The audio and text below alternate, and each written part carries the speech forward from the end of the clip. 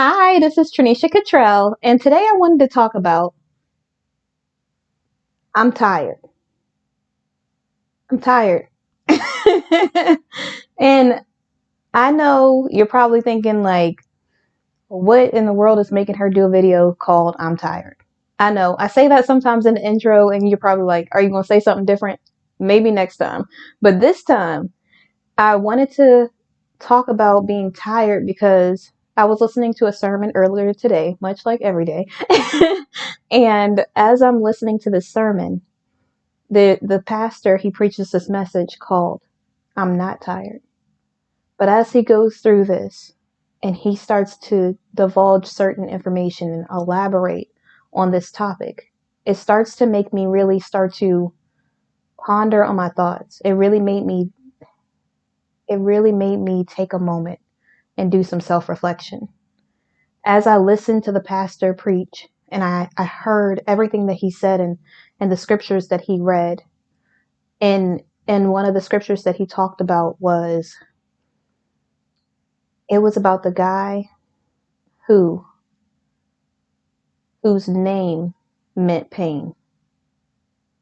And it's funny because I was reading my book, not my book, but the book by Nona James called Killing Comparison. And in the book, the chapter that I just read had that in it, the story. I think his name was Jabez. Okay, so as he's going through his journey or whatever in life, and he's constantly being reminded that his name means pain, he starts to pray to God. He says a Jabez prayer, and he starts to ask God for territory, like immense territory. He starts to ask him, to change the way that people look at him so that he could be bigger than what his name meant. And it really made me think about how we're settling. Even the pastor even talked about settling. But it was so weird because I was thinking about how exhausted I had been in the past and how I was constantly going through emotional and spiritual warfare. And I would do one thing and feel like I got the hang of something, and then something else would come out of nowhere.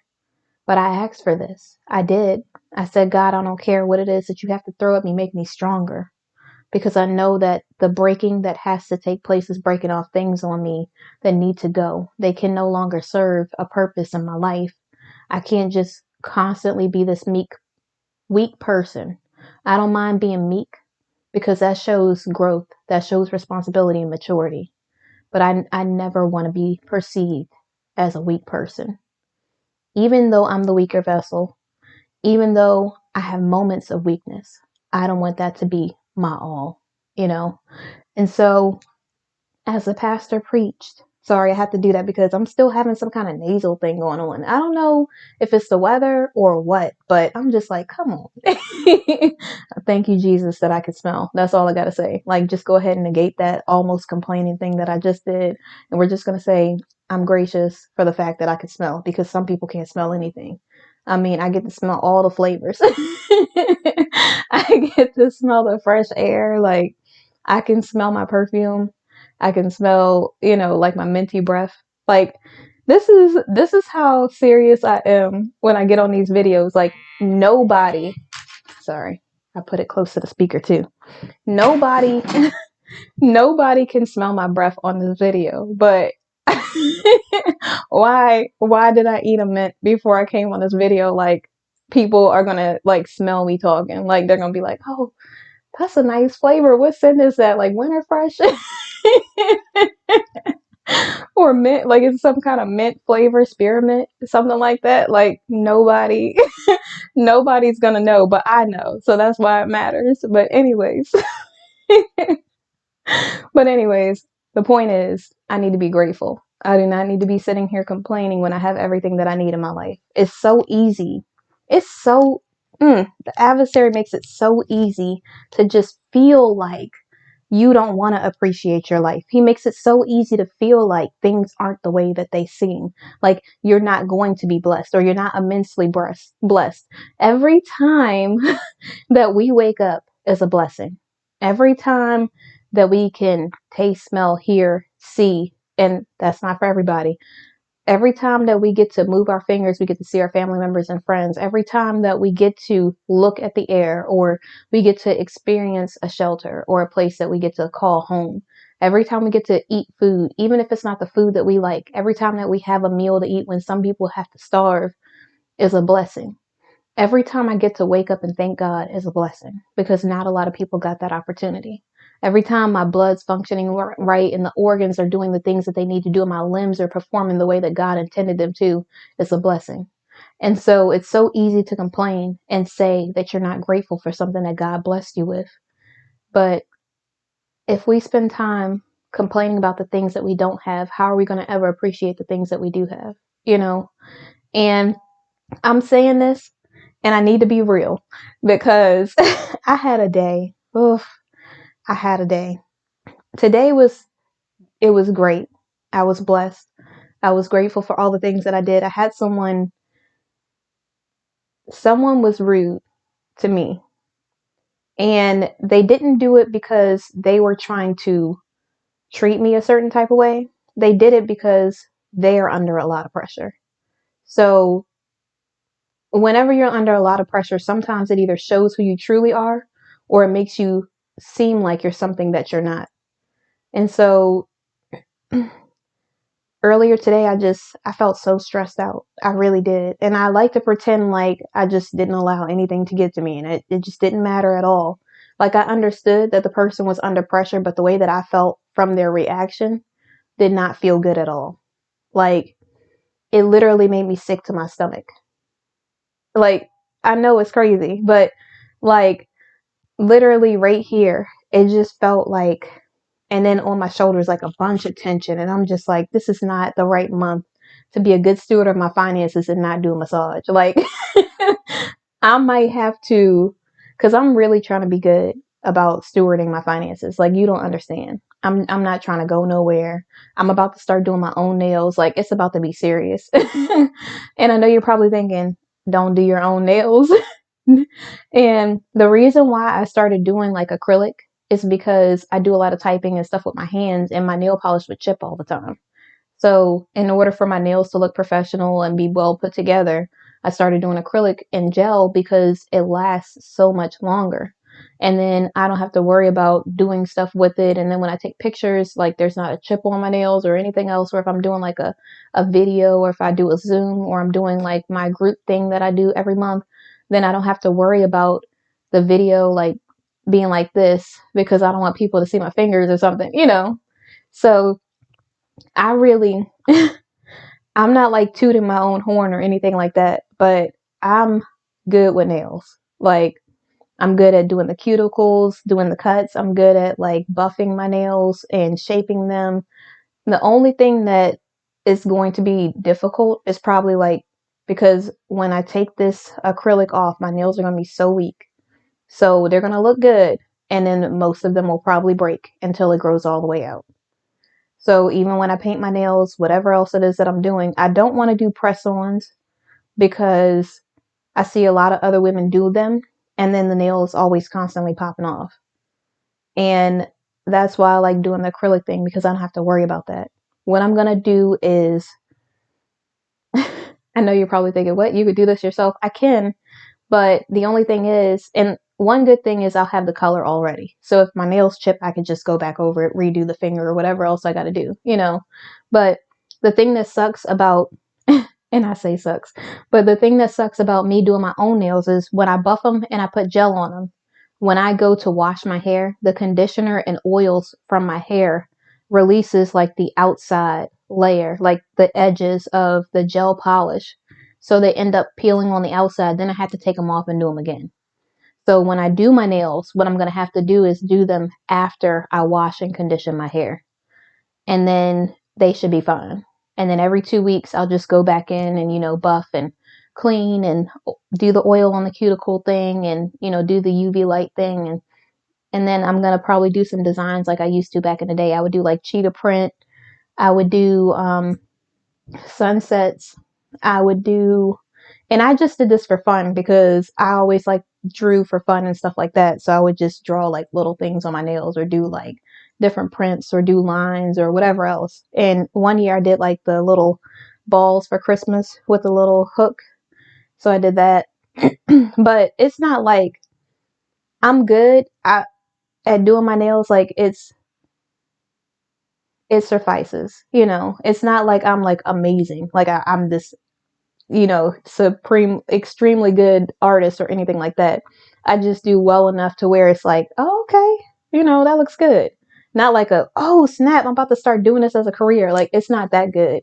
I mean, for me, like it looks good on me, but I can't see myself do it for other people because they're real particular and specific, and I can't. Like I only do certain things. I do like dots. I might do like line art. I might do, you know, a ball. I did my nails one time. Ooh, it was so cool. I did blue and I had this rope that went and it went from one nail and it circled around. And when you put your nails together like this, it literally drew a line with a circle in it. It was so cool. But I could do stuff like that, but I cannot do like specific things. Like I could probably do this print. I could probably do the splatter. I could probably do the newspaper art, stuff like that I can do. But I can't do like extra stuff. Like if I could do the tips, but you know, tips chip. So then of course I'd have to keep redoing it every single week or every 2 to 3 days because one of the nails would chip. So it just wouldn't be worth it. But I can do those. And that's going to be my plan. We're going to see how it works out. I'm going to try it for maybe a month or two and allow me to save however much money it is that I spend on nails. And hopefully then I can use that money and put it towards whatever else it is that, you know, I'm saving for. But I pray to God for something. And I want to make sure that I'm being a good steward of my finances. I don't want him to be like, I gave you the money here. What did you do with it? You know, I want to make sure I'm being intentional. And then especially with inflation and all of the other things, I want to make sure that I'm intentional with my finances. I don't want to just be out here splurging, balling out of control and everything else. I want to enjoy my life, but I want to be a good steward so that my friends, my family, my daughter can see me being responsible with the money that I have. I don't want them to just see me splurging buying all of this crazy stuff that's never going to do anything for me, or things that aren't investing in myself. If it's something to where I'm investing in myself, okay, that makes sense. But if it's just, oh, I want to get another shirt because this shirt lost the shape or something, then I have other shirts. I don't need to just wear this one shirt, you know? So I'm trying to make sure that I'm being intentional, that I'm using the things that I do have, that I'm revamping them, you know, and if there's anything in my closet, I do sew and stuff like that too. So if there's something that I'm tired of wearing or, you know, that style was cool at that time, but now maybe I want a pleated skirt, or maybe now I want, you know, like a sleeveless top or off the shoulder top instead of a regular top, you know. So I probably would do like peplums or something. Maybe I'll make some of my t-shirts into peplum tops and just wear those sleeveless. I'll do stuff like that. That way I don't have to go out and buy it because I have plenty of thread, you know. So it's not like I'm gonna have to go splurge. And I made sure I got the thread that's good for it's multi-purpose, which is important for people that don't sew. Make sure that you're using the right needle when the right not bobbin but the right needle that goes down into the thread, because you don't want to try to use a certain type of needle on satin or other materials because it could snag the fabric. So you want to make sure that you're real particular with the things that you're doing. And so I'm like looking up like low money things that I could do to like be a good steward of my finances. And if there's something that I'm going to use the 24-hour rule, the 30-day rule, where after 24 hours, if you still want something, get it, you know? So I'm going to do stuff like that. And you're probably wondering why this book is sitting here. So I was getting ready to do the video. I have to wake up early, so I can't be on here really long. Like I probably got a good 30 minutes, if that, because I plan on working out after this because I'm working out at night when I go in the office. So this is my Christmas gift from my brother. So, so when people ask me, I know I sound so weird, But when people ask me what I wanted for Christmas, I said candles because I love like when I clean the house for it to smell like really nice. And so I got like this cinnamon swirl something candle that's like it smells like marshmallows and cinnamon, which you're probably like, I don't know what that smells like, but when I tell you it's the truth, it smells so good. So I got that and then a lot of like relaxing ones with the eucalyptus and, things like that. So, and lavender. So I have those candles and then I have some other books. So my brother got me and his fiance got me 3 books. So two of them one was Women Pray by T.D. Jakes because I heard a lot of good reviews about it and I love things that reference the Bible because it helps keep me focused. So not only is it for leisure purposes, but it's also feeding my soul.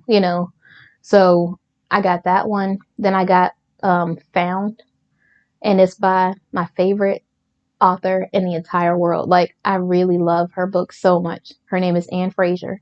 And she's not as popular as James Patterson, but whew, this girl can write. Oh my gosh. Like when I tell you I get into her books, it's it's like that.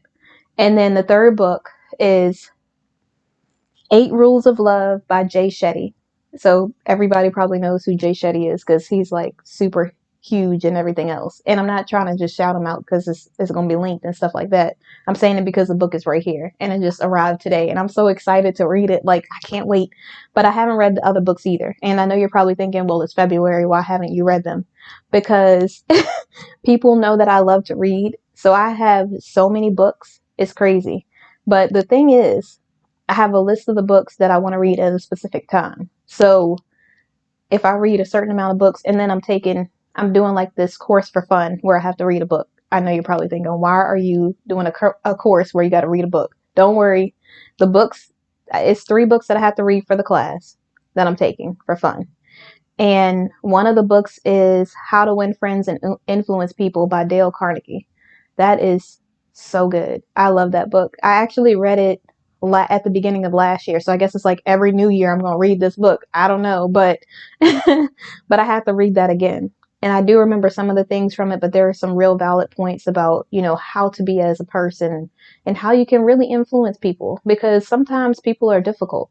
And I could say that truthfully because I'm not going to sit here and pretend like everybody's an angel.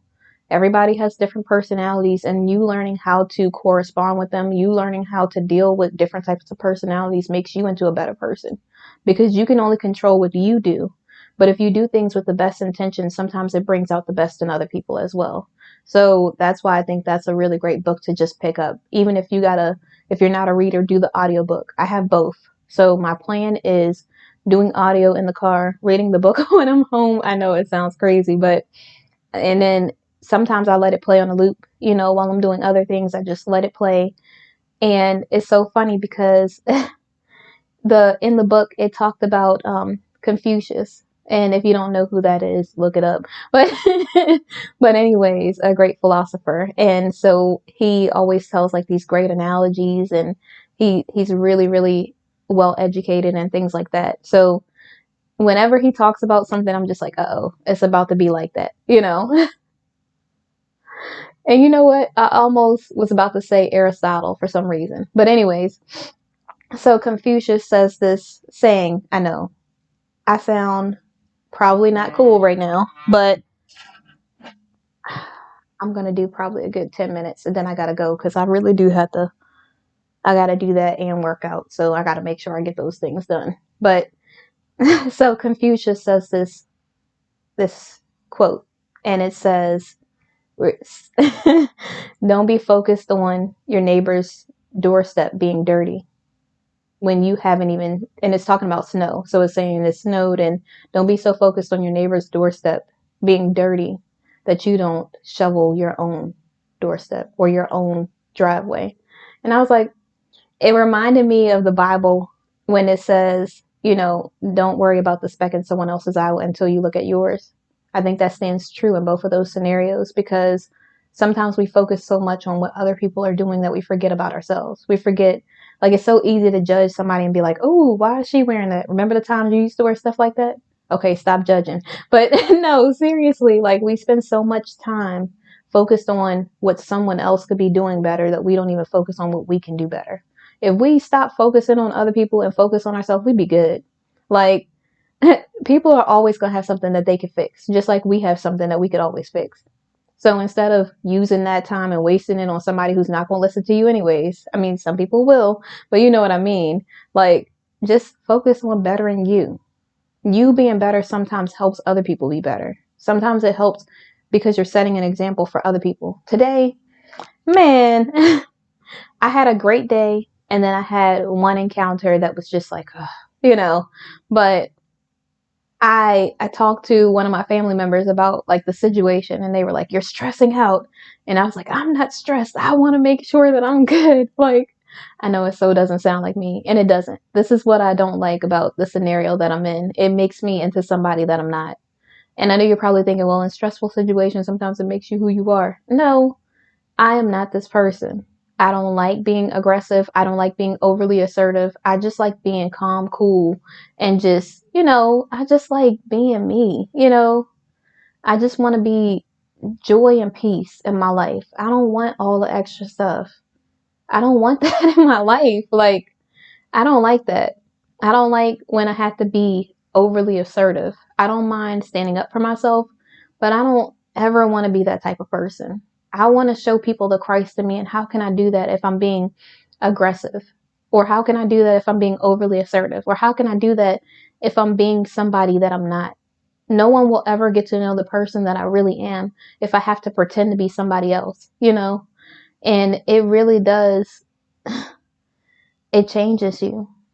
But I'm trying to figure out if it's changing me for the better because, like I said, I like peace and I don't like confrontation. So now I have no choice but to stand up and say something. And so it's really making me assertive in certain areas, which I think is good because when I have to have conversations, tough conversations with other people, most of the time I would just be like, okay, I'm just going to let that be. It's fine. Now my patience is so thin. Like, and and it's funny because I'm trying to practice patience. So I guess God's trying to show me how to be patient even in tough situations because, oh, God, yeah, I did ask for it. I asked for this. I did. I know you're with me. I could pray anytime. I get it. It's just like, oh, I'm really, really trying to do the right thing. I really am. And is it easy all the time? Absolutely not. Like sometimes you just want to be like, you just want to be about that life and just say what you got to say. But you can't say everything in that way. You can't always just be overly aggressive or assertive. You have to be yourself. And you can use the right tone and state facts, and that's the way that you have to handle certain people. You can't just be super assertive and out of character, you know, because it's not helping you. It's only making you into something that you're not. So I have to make sure that I keep the Christ in me. Like I have to make sure that I think, what would Jesus do in this situation? And sometimes it's beneficial because I'm like, okay, Jesus definitely would have standards, and I had to check my emotions and make sure I'm just not like, and just be like, okay, this is what's happening. This is what's not about to happen. This, and this is the facts. This is what I think I would like to do to try to rectify the situation, or what I would like to do that could be something that advances the situation to benefit both of us. Is this the right priority level? Things like that. And sometimes some people just are like, it just has to be this. I understand you want to do all of that. And you don't even have to say that. You can just think it in your mind. I understand you want to do all of that. Listen, I just think that in order for us to do this, this is the way that we should do things. Or what do you think would be beneficial for both of us? How do you feel we can resolve this issue? You know, really like talk it out. Don't just get all in your feelings. Like, even though people might tick you off, even though it might make you mad, even though you might be like under a lot of pressure or whatever else it is, you being under a lot of pressure and upset or angry is not going to help you, because you're not going to be able to focus. If you're like me, if someone makes me like upset or something, it doesn't make me focus better. It really makes me start to think about how I'm going to settle my emotions, how I'm going to be a better person, how I can calm myself. And I spend all this time doing that instead of focusing on the thing at hand. Instead of just having a normal conversation, a responsible, professional conversation with family members, friends, whoever it is, and just hear each other out and do what you got to do. You know, like as long as you're doing your best, that should be good enough. If your best isn't good enough, maybe there's something else that God has for you, you know? And I only say that just because I want people to realize that if someone is treating you badly, family members, friends, whoever it is, you have to really make sure that you're looking out for you. You have to protect yourself, because the only people protecting you is you and God. So even though you would want someone else to stand in or throw themselves underneath the bus, I'm not saying you should do that. But even though you might want other people to just fight your battles for you or whatever else, you have to be mature enough to be able to fight your own battles. My thing now that I'm working on, besides being a good steward of my finances, is finding a happy medium between standing up for myself in the right situations and when to let things go. And I don't mean let things go like I'm just holding a grudge and holding on to things that people do from the past, because I can't worry about what happened yesterday. I got to worry about what's going on in the future, you know? But when certain people do some things, like let's say someone did 3 things, I might say something for the 2 things and not the one thing. And I don't do it intentionally. It just drains me when I have to be overly assertive or I have to stand up for myself. It really drains me. Like, you don't understand. It takes so much energy to have to do that.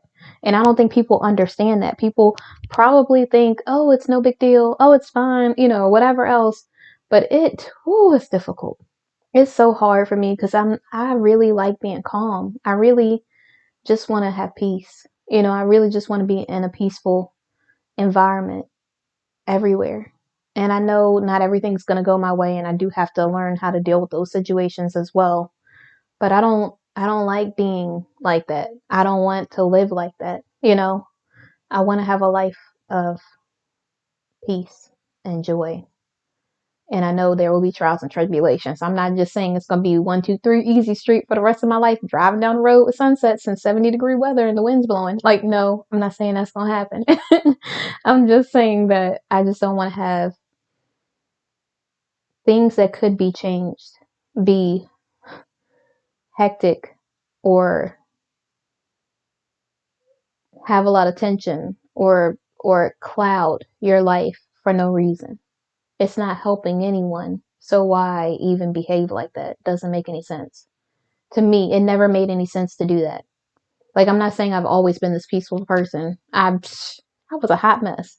Sometimes I still have hot mess tendencies, but but I really do just like even when I'm talking to like people in my family or other people and things like that, I really try to make sure that, and it's hard when it's family sometimes because you really care about them a lot. So you tend to get in your emotions a little bit, like, especially when you see somebody doing something wrong and you know they deserve better. It's like, I gotta like catch myself to like calm myself down. Like, instead of me being like, you deserve better than this, instead of saying something like that, I have to make sure I'm like, okay, you know, I understand where you're coming from, you know, and then I speak life into them.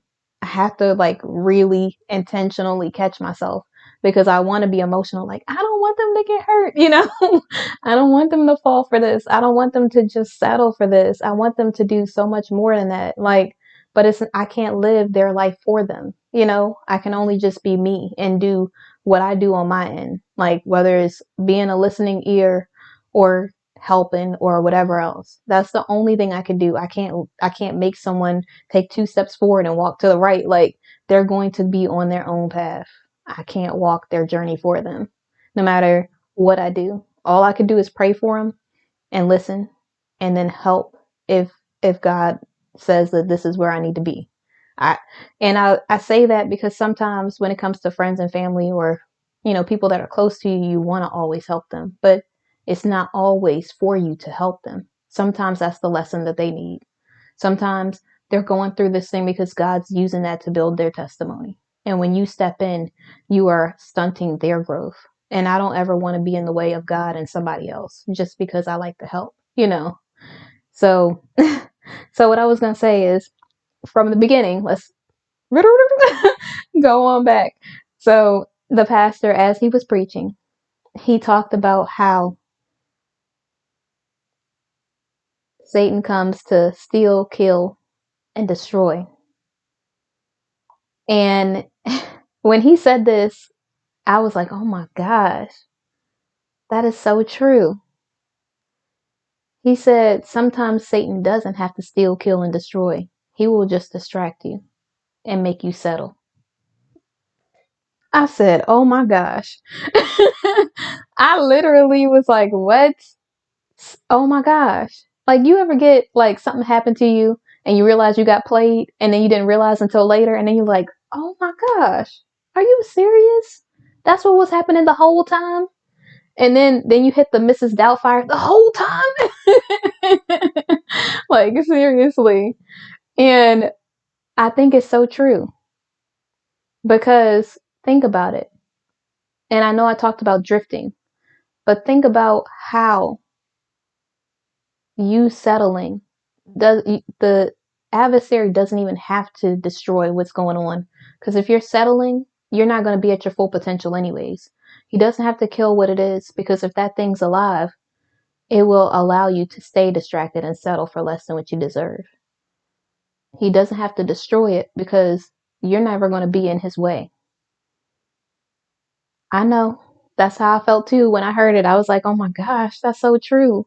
This is so true. That's why when I'm praying in my spirit and my soul, I feel like I need to say, God, give me everything that it is that you intended for me to have, and remove any distraction you have out of my life. Give me the power and the power and the strength to discern a person, place, or thing, a spirit, because I don't want anything that's coming to stand in the way of my purpose.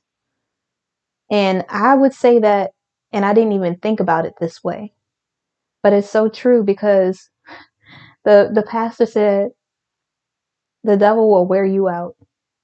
He will literally make you feel emotionally exhausted. That's how I felt all last year. Emotionally exhausted for the most part. Not every day, but you saw the spiritual warfare I was under in some of these videos. I literally just felt so exhausted. I might have been sleeping. Some nights I couldn't sleep. And he said, you could get the rest that you need and wake up and still be spiritually restless. And that's exactly what I was feeling. Spiritually restless. I felt so tired, and it made me feel like I wanted to settle. Like, why am I doing good when I see all of these people doing the wrong thing and getting all of these things in their life? Why would I want to be a good woman when women that use men are getting to be with these men? But they, like, the type of men that, I don't want to claim this. So, like, I'm not claiming this, but let's say, for example, the type of men that were coming to me, that not the men that I settle for, because I'm not talking to any of them, but the type of men that were coming at me were the type of men who, and I don't want to say this because I don't want to just make it seem like all men are like this. This is just the type, most of the men that I encountered last year. And I'm not saying all of them, because there were some nice people. I'm just saying most of them, oof,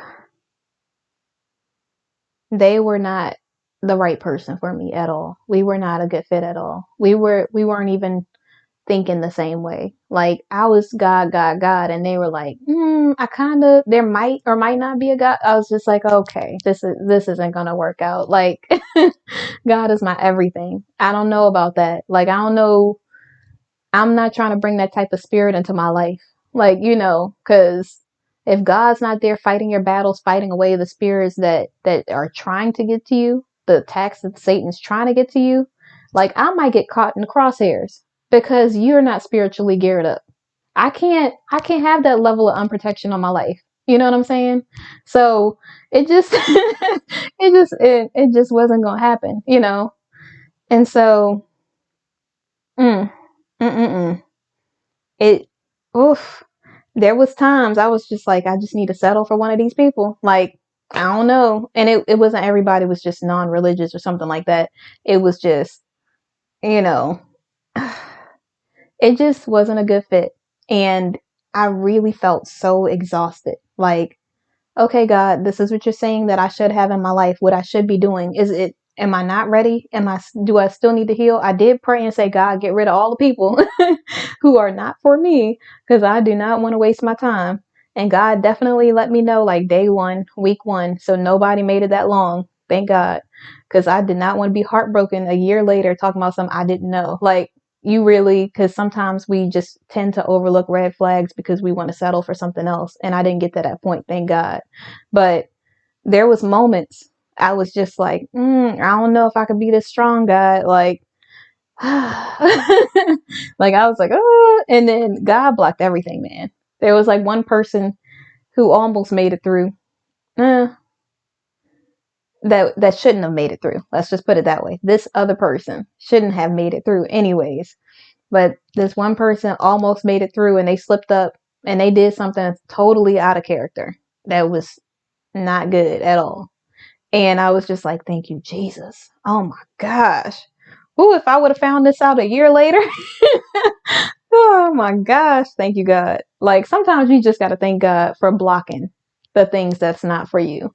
Because sometimes we feel so disappointed because we're like, God, why did you take this from me? God, why didn't you allow for me to have this? And God's really just looking out for our best interests. He would never take something away from you that he ever intended for you.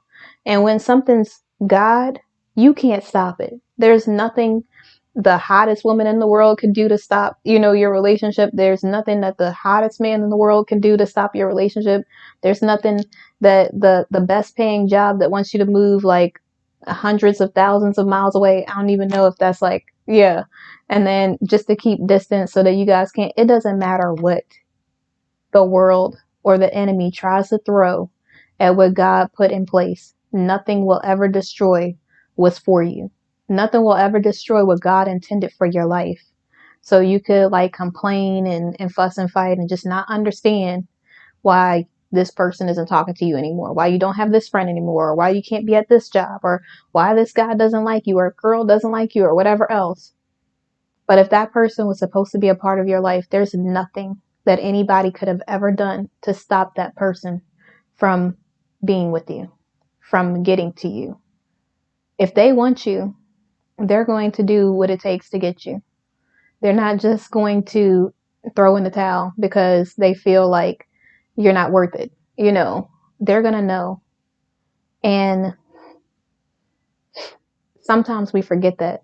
Sometimes we really feel like we're missing out on something because we didn't get whatever it was. But I know God has my best interests at heart, and everything that's supposed to be in my life will be in my life. Everything that's not has got to go. And sometimes I want things and I want them so badly. Oh my gosh. Like, it's not just easy for me. Sometimes it's real difficult. I really do want, like, there will be certain people or certain things or certain jobs that come into my life. The hand itching thing. I got to do it. On video or whatever else, the right hand itching is going on the pocket. I just got to do it. I know people are probably going to look this up and be like folklore or whatever else. But listen, this is what my grandparents did, my great grandparents. It might not make sense to anybody. This is what I'm doing. Maybe this is because I'm being a good steward of my finances. So it's going to feel like I got paid. But no, seriously, like, it doesn't matter what's happening in my life. I know I just kind of went left a little bit, but listen. Listen. Mm-mm-mm. Sometimes I really did want things so badly, and I just could not understand why God would not let me have it. It didn't make any sense at all. Like, the job was paying well. It was, weekends off. It was this, it was that. It was all of these things that I could have ever wanted in my life, that I thought that I always needed for my life. And God was like, that's not you. And I'm like, what do you mean it's not? Like, do you see this? Like, are you sure? Like, maybe we need to like take some time and just like converse on this a little longer, and maybe you just need some time to think about it. Maybe you're saying no to something else. Like, are you sure you're talking about this? And God's like, that's not you. And I'm like, oh my gosh, okay, all right. As I'm turning down the offer, okay. Are you sure we could add such and such? I'm like, God, if they're gonna add such and such. And God's like, no, you're just gonna have to go. And it's funny because when I didn't listen to God one time in the past, God said, don't take this job. And I was like, but it pays good, and whatever, or it pays decent and everything else. I shouldn't say good because good is relative, but it pays decent, and I can do blah blah blah here and learn blah here. And God's just like, no. And I took the job anyways, and I was miserable. It literally started it started conflicting with I had a conflicting schedule with Bible study. I almost missed Bible study every single Wednesday I was at this job. On Sundays, I would be so stressed out, it was hard to focus on the message. It literally started like me having a regimen and working out every day and doing all of these things for my body. My skin started breaking out like crazy. Like, it really threw off my whole balance of my life. And it was because God wasn't in it. Like, yes, it paid decent, but it did not.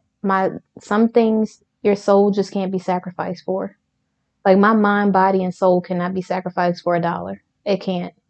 And I know some people say there's a price for everything, but seriously, some things are not worth your health. Some things are not worth your mental stability. Some things are not worth your physical health, like your body deteriorating because it's breaking down because of the stress on it. Like, you really have to think about what's best. What God decides is best for you. And even when it comes to people, sometimes you see this person and I mean, they are fine. Can I say that in this video? I already did. It's not going to be edited. You know how I do. And so sometimes you meet people and they are fine and you're like, God. And God's like, no, whatever it is, that is not it. I was going to say that ain't it. I could still say that ain't it. And I'm like, okay, God, I hear what you're saying. But I mean, so, and then God's like, no. And it's so funny because ever since God did that, when I meet people who are attractive, I'm like, you're up to something. And they can be perfectly like good people. And I'm already thinking of all the things that they're getting ready to do wrong. Like, I treat them like a normal human being with respect and stuff like that. But in my mind, I'm like, okay. They say something, then I'm like, oh, oh, okay. But, but in reality, I'm like, oh, okay, yeah. But in my head, I'm like,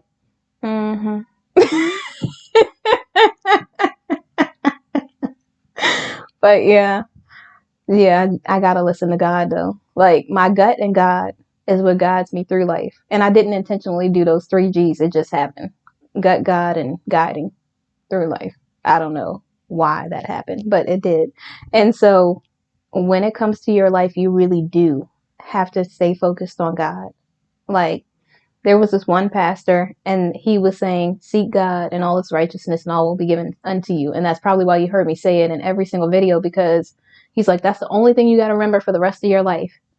And I was like, it's true. That's the truth. If you're seeking God, you have everything you need. He's going to provide for you. He's going to make a way for you. And I don't mean being lazy and just having your hand out. I mean, you are putting in work.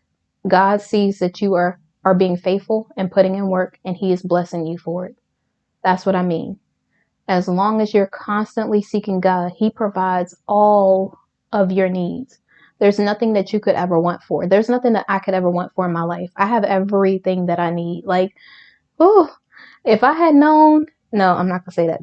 That's really common thing to say. I'm not gonna say that. But I was gonna say something just about, this part of my life and the journey that I'm on, and how if I would have known that, choosing God would have looked like this, I would have done it a lot sooner. I wouldn't have waited years to decide that I wanted to rededicate my life to God. I wouldn't have waited years to decide that I want to be in the Bible, in Bible study, staying focused on God in my life. I would have done it right away. But I had no idea that my life could be peaceful. I had no idea that the things that the adversary threw at me were nothing compared to God. Like, I always thought that life was just going to be miserable, that it was always going to be the bare minimum or a lack of things. But God taught me that I deserve so much more. He taught me that I am worthy. He taught me that I'm beautifully and wonderfully made. He taught me that I'm the head and not the tail, that I'm above only and not beneath. He taught me that he will be my bridge over troubled water. He taught me that no weapon formed against me shall prosper. He taught me what real love is. Before I knew God, I thought that love was jealousy, or it was insecurity, or, I just really, I didn't know what love consists of until I found God.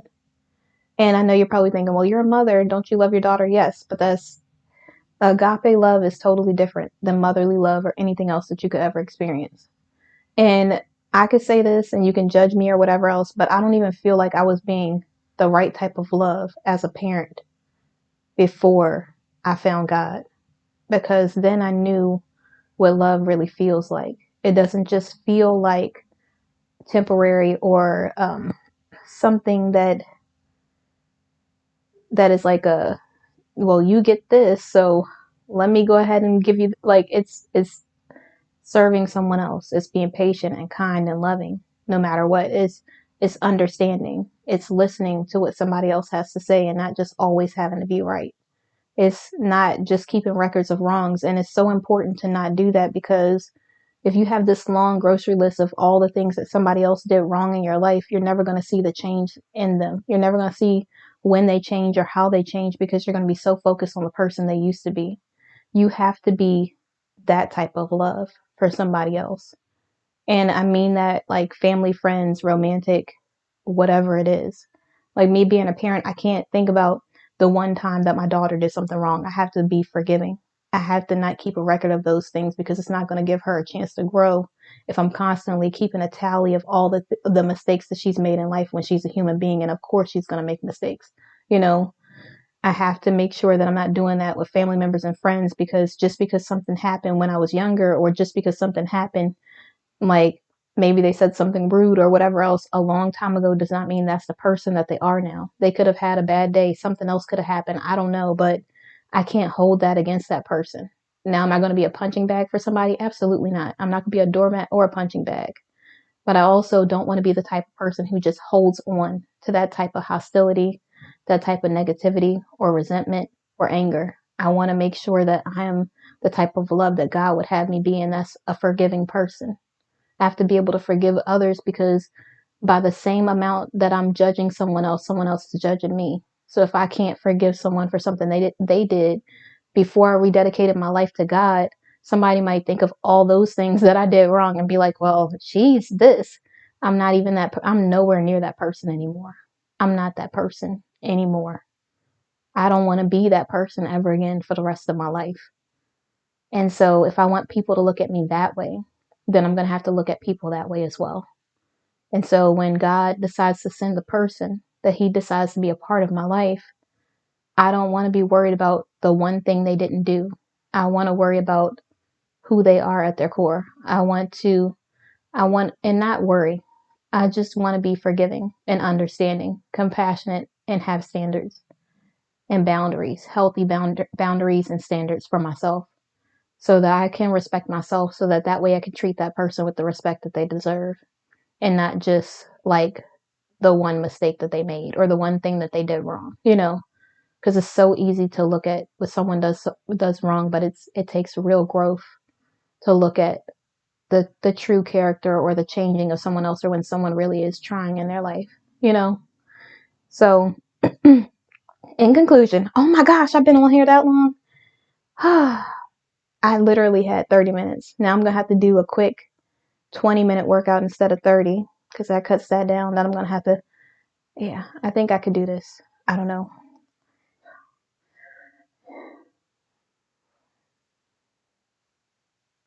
Okay. It's going to be cutting it close. I might not get to do my whole nighttime thing. So I might just have to make a no, but if I do a smoothie, I'm going to have to clean out and soak the container, and it's probably not going to be enough time. Yeah, I got to hurry up and go. I don't have that much time. I got to go. But in conclusion, when it comes to your life, do not settle. You might be tired, but that's because the adversary is he's trying to wear you out. He's trying to stop you from pursuing your dreams. He's trying to stop you from your purpose. He's trying to stop you from waiting for the person that God appointed for you. He's trying to stop you from doing your own business, and I'm not saying just entrepreneurs are the only ones that succeed.